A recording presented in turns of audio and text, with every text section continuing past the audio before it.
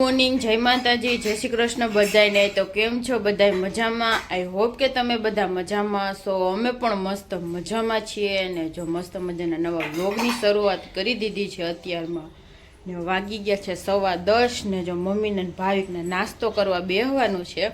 આપણે તો આજે મંગળવાર છે ને તો કાંઈ નાસ્તો કરવાનો છે નહીં, એટલે જો મમ્મી અત્યારમાં એના માટે ભીંડાનું શાક બનાવી નાખ્યું છે। કોરો મોરો ભીંડો જોઈ બેયને ખાવાનો છે તો જો એના શાક બની ગયું છે અત્યારમાં। અને અહીંયા જો કૂતરાઓને દેવા માટેની થેલી રેડી થઈ ગઈ છે, રોટલી ને બિસ્કિટ છે અને આપણે બટેટા બાફવા મૂકી દીધા છે અને જો અહીંયા સિંગદાણા શેકી લીધા છે ને હવે બધું કટિંગ કરવાનું છે। તો આપણે સાબુદાણાના વડા બનાવવાના છે જો આજે આપણા માટે। સાબુદાણા વડા?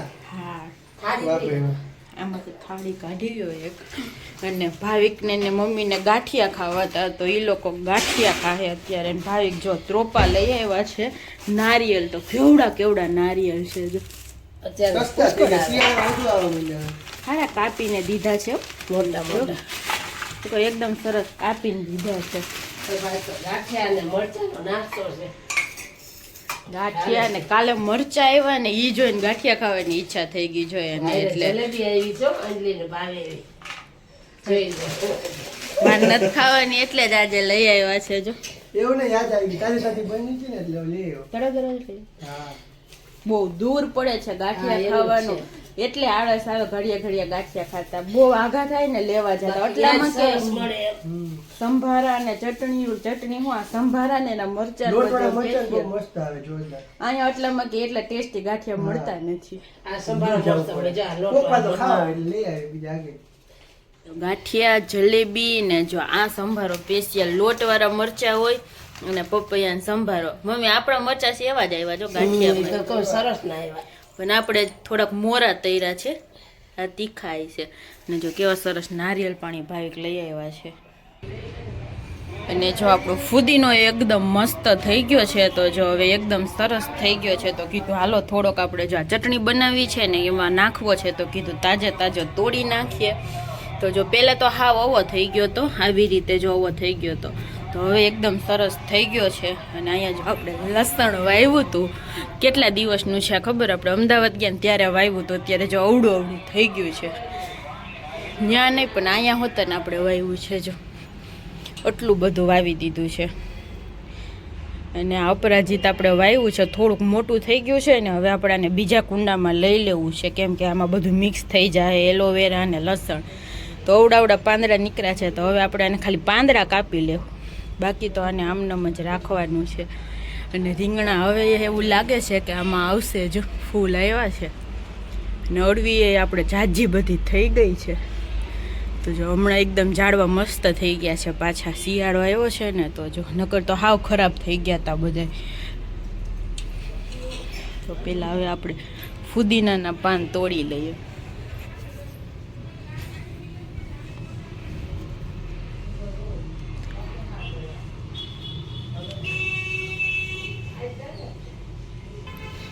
તો જો આપણે આટલા પાંદડા તોડી લીધા છે મસ્ત મજાના, જો બાઠી લીધા છે બધાય।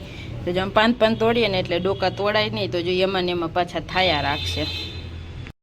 જો ભાઈ 1 વાગી ગયો છે ને જો હે ને અનલિયા જ રહી છે મંગળવાર તો એના માટે હે ને સાબુદાણા વડા બનાવે છે અત્યારે જો બનાવવાની તૈયારી હાલે છે। રોટલી ગરમા ગરમ બનાવી નાખીને હવે વડા બને છે, નાને મેં મેંદુ વડાનો એકને શેપ આપ્યો છે। ઈ વરી ગયો મેંદુ વડાનો શેપ આપ્યો એકને જો બાકી બધા તો નોર્મલ વડા છે, બે ઘણવા તૈયાર છે, બની ગયા તરાઈ ગયા છે તો એકદમ પરફેક્ટ વડા આપણે બની ગયા। તડકો બહુ આવે જો અમારે બારી હતી એટલે હરખું દેખાય નહીં, આખી બારી જ આવે હાવ જોઈ લ્યો।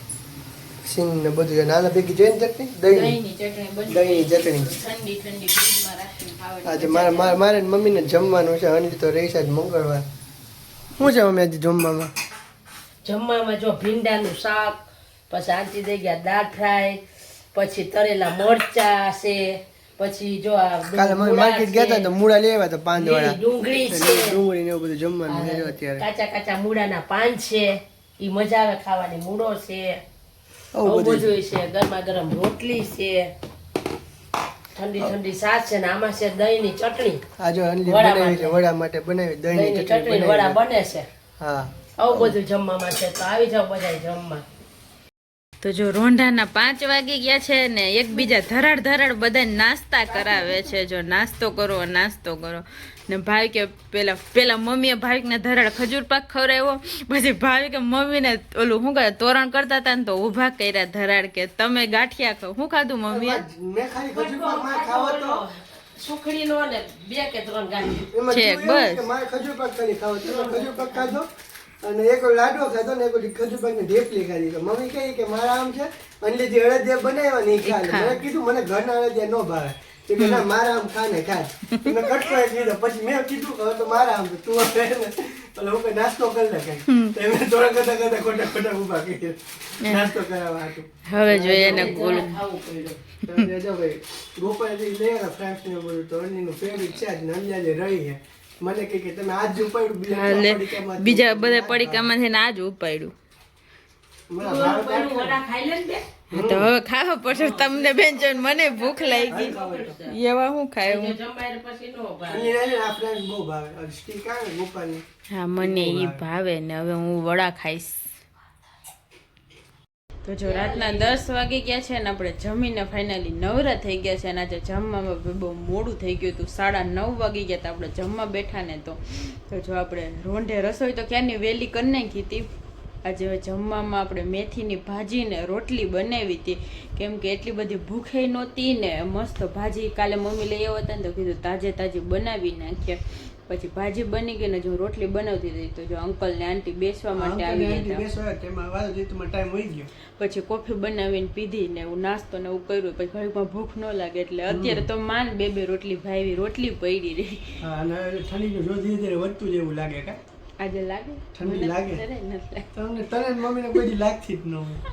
હમ ગરમી જેવું જ રહે છે આખો દી. કાંઈ ઠંડી નથી. ઠંડી કે ને કે સવારે ઉઠીને આપણે સ્વેટર પહેરવા પડે ને એને ઠંડી. ઘરમાં ઠંડી ન લાગે, બહાર નીકળો તો લાગે. મેડી પર હમણાં તું ખાલી સવારમાં વોકિંગ કરવા જા તો ઠંડી લાગશે. ઈ છે એમ થોડી હોય એટલે મમ્મીને ઠંડી લાગે જ નહીં.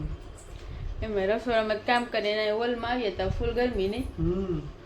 વેલા રોજ જમી લે ને આજ મોડા જમ્યા એટલે ના મજા આવે. આપણે ટાઈમ ફરી જાય ને આમ બોલું છે 2 રોટી તો માન ખવાય અત્યારે. રોજ તો આપણે 8 વાગ્યામાં જમી લઈએ. આજ 9:30 દોઢ કલાક અને રોટલી થોડીક ઠંડી થઈ ગઈ હતી એટલે મજા જ ન આવે. ભૂખ મરી જાય એમ. રોજ અમે આપણે 1:30 વાગે જમીએ ને કોક દીક 2:30 કે 3 વાગી જાય ને તો પૂરું 1 થી 1.5 રોટલી માન ભાવે. જમવાનો ટાઈમ ચેન્જ થાય ને પછી ભાવે જ નહીં. એકવાર આપણે એવું થયું તો આપણે 3 ક્યાં ગયા હતા હોસ્પિટલ કે ક્યાંક ગયા હતા ત્યારે 2:30 વાગે આપણે જમવા બેઠા હતા. તો એવું થાય ટાણાટક વગરનું ભાવનું બધું ટાઈમે સારું લાગે. કોફી ને એવું કંઈક પી લ્યો તો પછી હાવ ન ભાવે. ચા પાણી કંઈક પીવાઈ જાય તો જો એવું બધું છે. ચાલો આજના વ્લોગને આપણે અહીંયા એન્ડ કરી દેશું. તો જો તમને બધાને અમારા વ્લોગ પસંદ આવતા હોય તો લાઈક કરો અને શેર કરો બધાને અને સબસ્ક્રાઈબ કરવાનું ભૂલતા નહીં કોઈ. મસ્ત મજાની કોમેન્ટ કરી દેજો. હા તો હાલો કાલે મળશું નવા વ્લોગ સાથે. ત્યાં સુધી બધાને ગુડ નાઇટ ને બાય બાય.